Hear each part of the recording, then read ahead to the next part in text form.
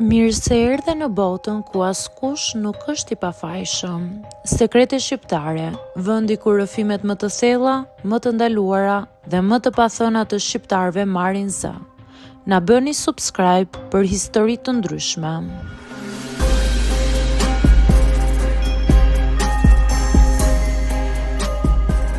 Jam pa punë, por bëj jetë luksi. Unë quhem Alda, jam 27 vjeçe dhe shumë njerëz do të mendonin se historia ime është e pazakont, ndoshta edhe e pamoralshme. Por kjo është jeta ime dhe rrëfej në veten e parë ashtu siç e kam përjetuar. Që në rinin time kisha kuptuar diçka. Bota nuk vlerëson gjithmonë atë që punon me djers, apo atë që vlerëson se mund të sjellë të mira brenda mundësive, dhe ndërkohë unë në mënyrë të ndërgjegjshme apo jo zbulova se prania ime ishte ajo që do të më hapte dyer. Pas diplomës së universitetit nuk gjeta asnjë punë që më tërhiqte.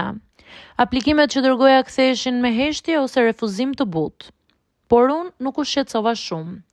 Një ditë, një shoqja ime e ngushtë më ftoi në një festë private ku do të ishin disa biznesmen dhe politikanë të njohur. Atje kuptova fuqinë e vërtetë të shoqërisë dhe networkut.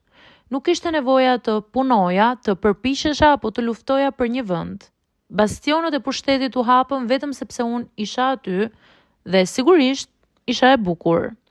Një buzëqeshje e drejtë, një fjalë në kohën e duhur, një përqafim formal në momentin e saktë dhe kaq mjaftonte.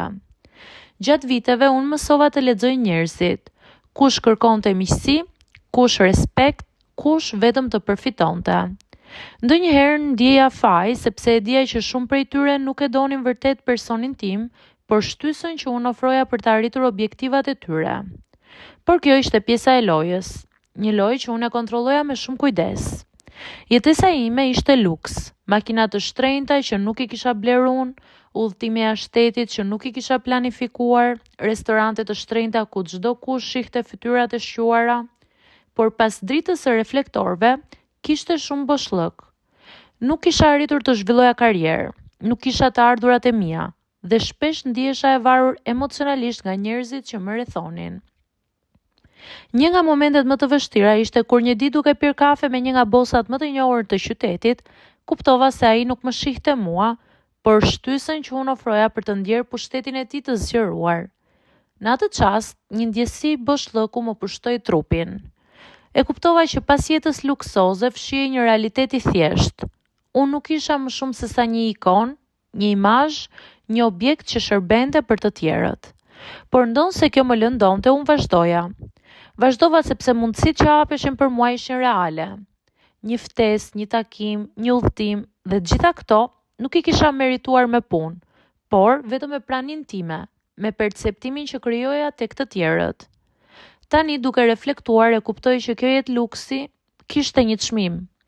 Nuk ishte çmimi financiar, por ai i identitetit.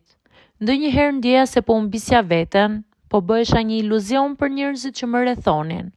Dhe kjo ishte drama ime e vërtet.